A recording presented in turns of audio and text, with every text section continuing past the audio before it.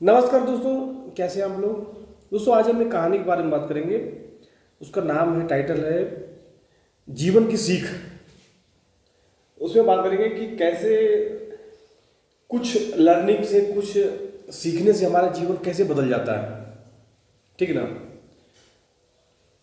तो एक कहानी थी, एक कहानी है। उसमें एक राजा था। तो राजा बहुत दयालु राजा था और प्रजा के लिए बहुत बढ़िया काम करता था। ठीक है। और उसमें क्या है कि उसकी पूरी प्रजा बहुत खुश रहती थी राजा से, क्योंकि उसके काम ऐसे थे। तो पूरी प्रजा राजा से खुश रहती थी। प्रजा में मतलब राज्य में कोई दिक्कत नहीं थी, सब कुछ खुशहाल चल रहा था। बस एक प्रॉब्लम थी। प्रॉब्लम क्या थी कि राजा की कोई संतान नहीं थी। अब राजा के भैया वारिस नहीं है। अब वारिस नहीं है तो राजा को अलग टेंशन कि मेरे बाद क्या होगा राज्य का। ठीक है ना। उधर अलग जो उनके रिश्तेदार, वो अलग बोल रहे थे कि भैया राजा का तो वारिस ही नहीं है, खेल कैसे आगे बढ़ेगा, क्या क्या होगा क्या नहीं, फलाना ढिकाना। ठीक है ना। तो वो भैया एक बाबा से मिले वो। तो बाबा ने बोला, कुछ उन्होंने बताया कि ये पूजा पाठ करो ऐसा वैसा। तो उन्होंने काफ़ी पूजा पाठ किया, मतलब काफ़ी सालों तक उन्होंने पूजा पाठ की, तब जाके उनको एक पुत्र की प्राप्ति हुई। ठीक है। और भैया संतान उनको मिल गई जो चाहते थे।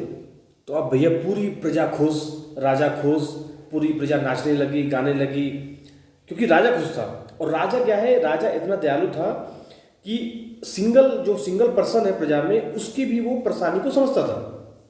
और प्रजा को क्या चाहिए, प्रजा को यही चाहिए ना कि जो हमारे ऊपर है वो हमारी परेशानी को समझे। तो भैया पूरी प्रजा खुश हो गई। धीरे धीरे भैया वो जो राजकुमार थे वो राजकुमार बड़े हो गए। तो बच्चे मतलब बचपन में जैसे मस्ती करते हैं वो भी मस्ती करते थे। तो ये था कि भैया छोटे हैं तो ठीक है भैया, चल रहा है, धीरे धीरे वो मतलब ठीक हो जाएंगे। जैसे नहीं बच्चे बचपन में दुलार में रहते हैं, लाड दुलार में रहते हैं, तो वैसे उनका भी था।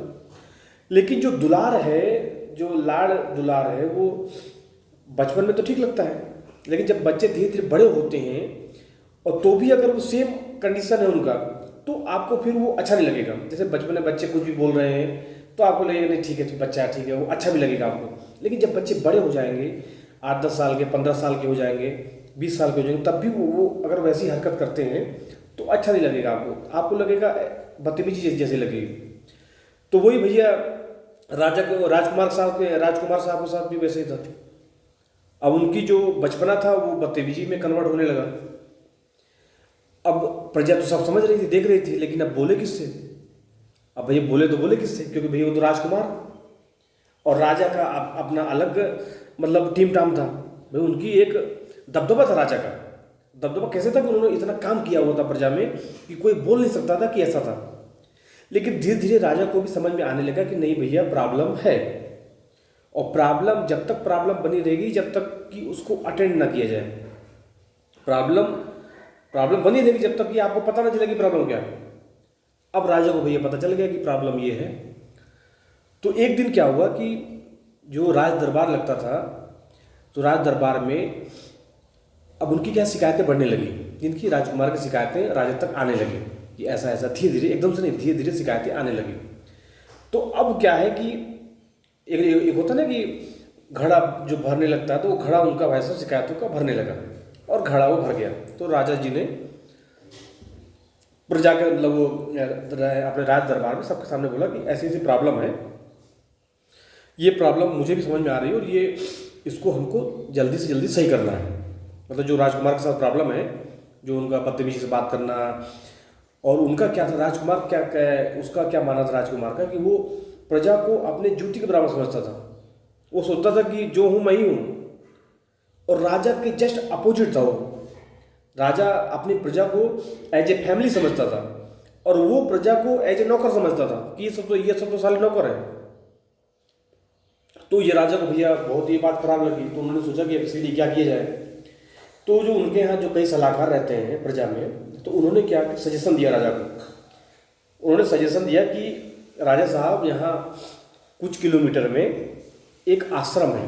तो आश्रम में पहले के ज़माने में क्या होता था कि आश्रम बच्चों को भेजा जाता था पढ़ने के लिए, गुरुकुल वगैरह सुना होगा आपने। तो उनको आश्रम भेजा गया। तो राजा साहब गए अपने भैया राजकुमार को लेके।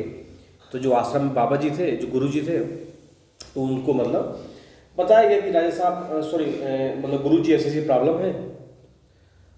गुरु जी को सारा उन्होंने एक्सप्लेन कर दिया।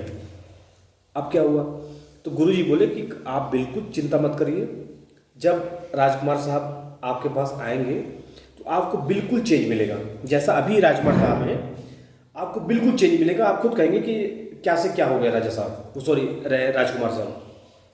अब भैया राजकुमार साहब तो वहाँ आश्रम में रुक गए, और जो उनके साथ में कई और लोग थे जो आश्रम में रहते थे, तो उन्होंने कहा कि देखो यहाँ पे खाने का कोई व्यवस्था नहीं है, यहाँ पे आपको भीख मांग के खाना पड़ेगा।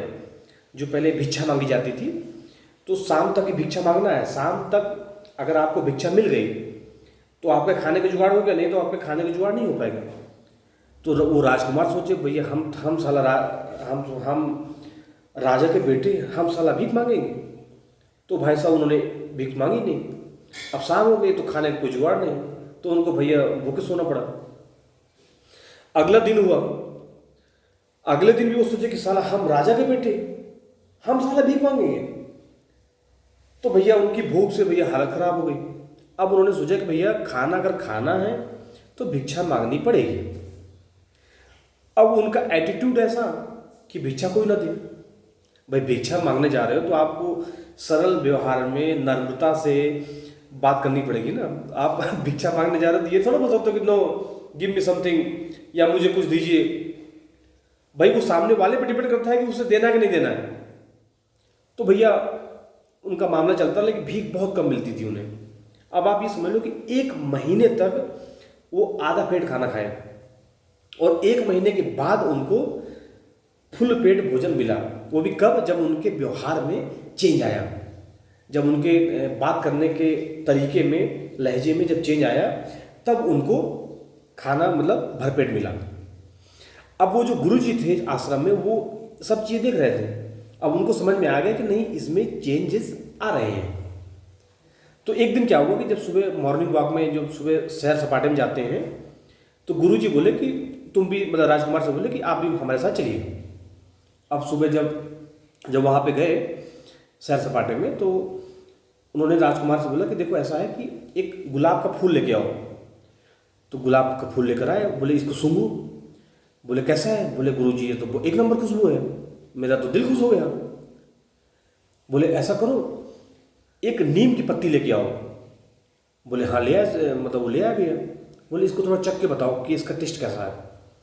तो वो उसने चखा तो इतना वो कड़वा टेस्ट था। वो बोला कि भैया, बोले गुरुजी मेरा तो मतलब मूड खराब हो गया। अब वो पानी ढूंढने लगा, पानी ना मिले कहीं। तो गुरुजी ने बुलाया कि देखो ऐसा है।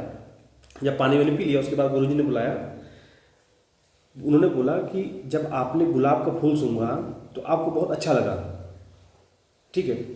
वैसे ही जब आप प्रजा से नम्रता से, सरलता से बात करेंगे तो प्रजा को भी अच्छा लगेगा।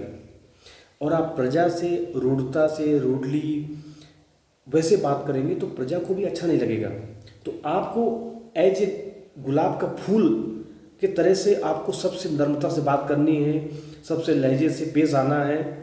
और आप अगर आपके अंदर कड़वाहट रहेगी तो सामने वाला भी वैसा ही फील करेगा। और आप तो एक राजकुमार हैं। तब राजकुमार को ये बात समझ में आई कि नहीं, गलती कहाँ थी। उन्होंने गुरुजी से माफ़ी मांगी। बोले नहीं गुरुजी, मैं अब पूरे जीवन में ये मिस्टेक कभी नहीं करूँगा। और फिर क्या हुआ कि फिर जब उनकी ट्रेनिंग हो गई आश्रम में, तो फिर भैया राजकुमार साहब आ गए कहाँ? राजमहल में। अब भैया जब पूरी प्रजा थी, पूरी प्रजा देखी कि राजकुमार में तो बहुत चेंज आ गया है। पहले राजकुमार तो हमें नौकर, मतलब पैर की जूती समझता था। अब हमें भैया मतलब लहजे से, सभ्यता से, अच्छे से, मतलब तमीज़ से बात कर रहे हैं। तो पूरी प्रजा भैया फिर से खुश हो गई।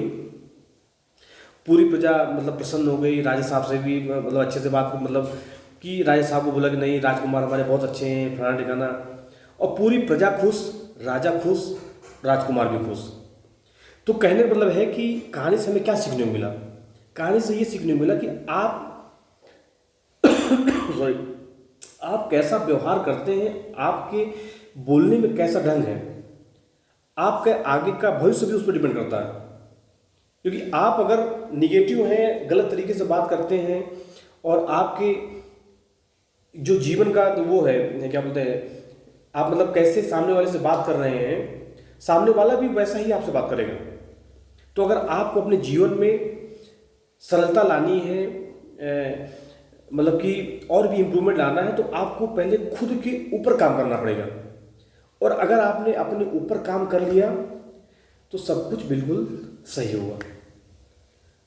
तो अगर ये कहानी आपको अच्छी लगी तो please like the video and subscribe the channel.